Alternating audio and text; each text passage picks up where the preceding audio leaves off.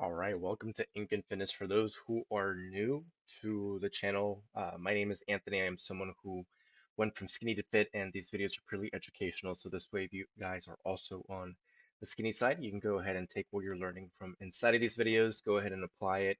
And most importantly, be consistent with it so that way you can see your own results.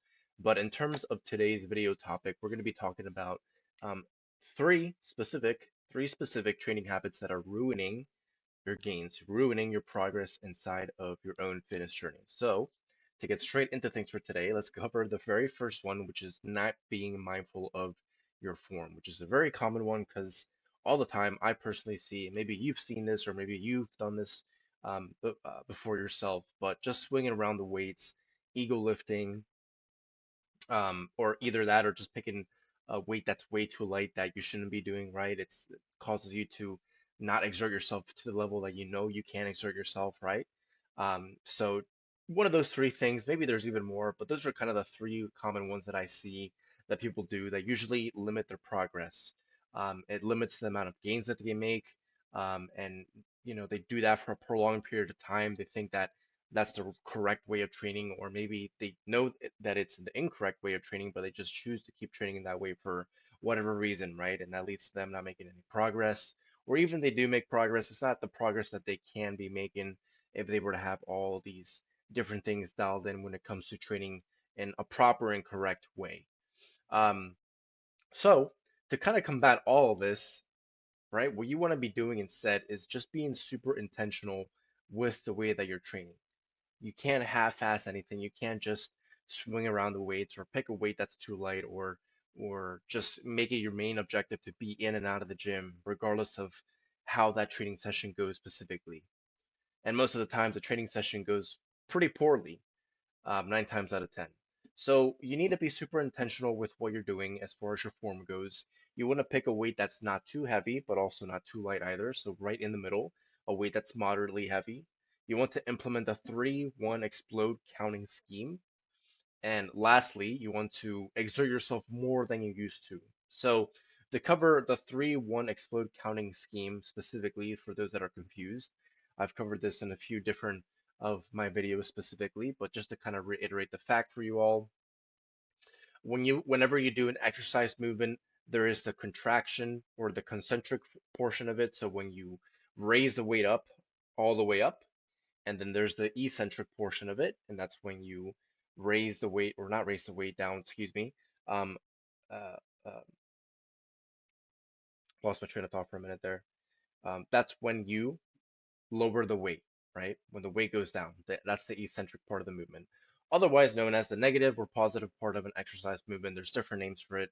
But those are the two main parts of an exercise movement that you need to know. The concentric, the way up, and the eccentric, the way down of an exercise movement.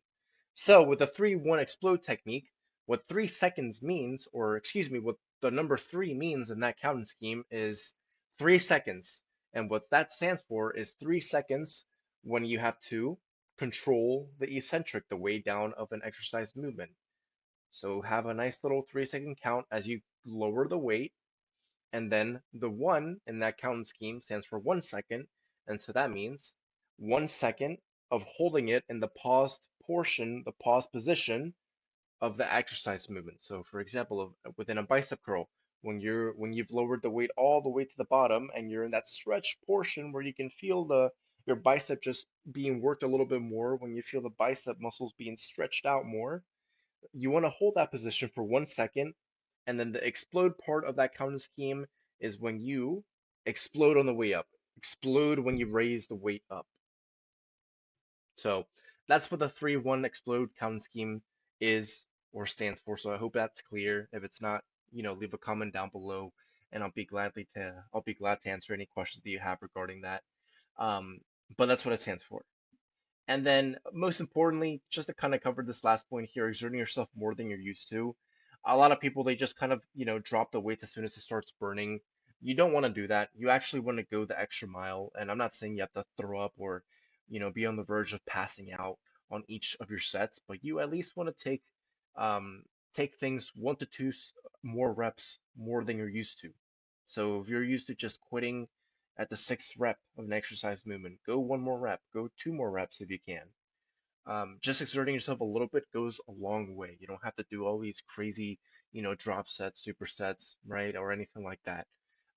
Just exerting yourself more than you're used to, even if it's just 5 to 10% more than you're used to, is completely fine. It allows for you to make really good progress as well as those years and months stack upon each other if you're consistent with training in that way. Number two is taking short rest times. So most of us, and I know I've done this for years on end myself when I first started my fitness journey. So most of us who first start working out think that short rest times are better. So this leads to us taking 60 to 90 seconds worth of rest. And when we do this, it signifies that honestly, we're not training as hard as we can, right? Or as hard as we should be on the first, second, third set, whatever, right? Because realistically, if we're training as hard as we are able to, right, if we're exerting ourselves more than we're used to, more than we're comfortable with, we're going to need more than just 60 to 90 seconds worth of rest in between sets. So what you want to be doing instead is you want to be taking 3 minutes worth of rest, right? If you truly are training hard enough, you will need those full 3 minutes. Trust me, you will need them.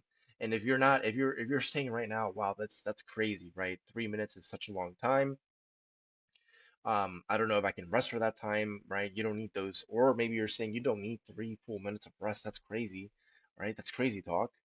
I encourage you to just explore the way that you're training or reflect upon the way that you're training because you're likely not training hard enough, right? If you're well rested within 60 to 90 seconds, I guarantee you you're not training as hard as you should be training. And if that is the case, train a little bit harder, and then you will see that you will need those full 3 minutes. And then last but not least, we have doing the bro split. I used to do this as well, pretty often back then until I switched over to push-pull legs for a little bit there. And I've done a few different splits, but typically when we first start out in the gym, the very first split that we all get introduced to is the bro split. So this is when we do a muscle group per day. Typically it's 6 times per week that we do this. So Monday's chest, Tuesday is arms, Wednesday is legs, etc., etc., etc. You get the point. So this has been shown to be a very suboptimal way to train, and I know there's a lot of people who talk about the most optimal or suboptimal ways to train or exercise movements or whatever, right? And listen, I'm all for training in the most efficient way, right? And the most efficient way, and whether that may be optimal to some or suboptimal to others, right? It's kind of like you know it's kind of like your own argument, right? It's kind of your own perspective of what works best for you, or maybe what you feel works better for your body, in terms of what responds better to your body, right? Um, so I'm not saying suboptimal in the way where I'm going to be one of those science-based lifters, but I do enjoy the science when it comes to lifting because I truly believe there is a lot of truth when it comes to the science, right? I mean, you wouldn't have people doing these studies or, writing these analysis, right, when it comes to training in a certain way or eating in a certain way, whatever it is, if it wasn't going to produce some sort of concrete results or evidence that that way of doing that specific thing, whether it be training, eating, rest or recovery, is the most efficient way to train, rest or recover to promote or to produce the most muscle that you want to produce, right, in a more efficient manner. Obviously, you're not going to be sebum by doing these different things, but it is going to provide for you a little bit more muscle growth opposed to someone who is not doing those things, right? So keep that in mind when it comes to you hearing suboptimal or optimal when it comes to these different people talking about styles of training, styles of eating, styles of rest and recovery, whatever it is. So um, to bring this back full circle, when it comes to training each muscle group once per week, it is a very suboptimal way of training because, again, right, you are training the muscle groups once per week. Training the muscle groups in a higher frequency shows to have the most muscle gain, so the best bang for your buck when it comes to your training sessions on a week to week basis. So typically, and this is what I do now, I train each muscle group twice per week. Twice per week is honestly the way to go. It is a very optimal way to train each muscle group. There have even been studies that have been showing, as of recently, that training the muscle groups 3 times per week is even more beneficial as well, right? Because apparently, and this is something that I just found out very recently myself after doing some research, you begin the atrophy process. So what atrophy means is when your muscle starts to break down after not going to the gym for a specific set amount of times. But when you hit past the 48-hour mark of not training, that's when your muscles begin to atrophy. Obviously, it's not something that's going to be noticeable, right? Or anything like that. But that's when the atrophy process starts to begin. Again, though, it's not anything noticeable. You're not going to lose 10 pounds of muscle overnight or anything like that. But that is when the atrophy process begins. And so that's why people say, or at least that's what I've been, seeing in terms of the research nowadays, that, 3 times per week in terms of training, not 3 times per week, sorry, I take that back. Training the muscles 3 times per week, training each muscle group 3 times per week is is the way to go, right? Because you have that higher frequency. It promotes better muscle growth. Obviously, again, nothing crazy. You're not going to be the next C-bum through training in this way. It's going to be very gradual, very minimal. But of course, as the years stack on with one another, if you are training in a very consistent manner, you will notice the results, right? It's going to be very noticeable by then.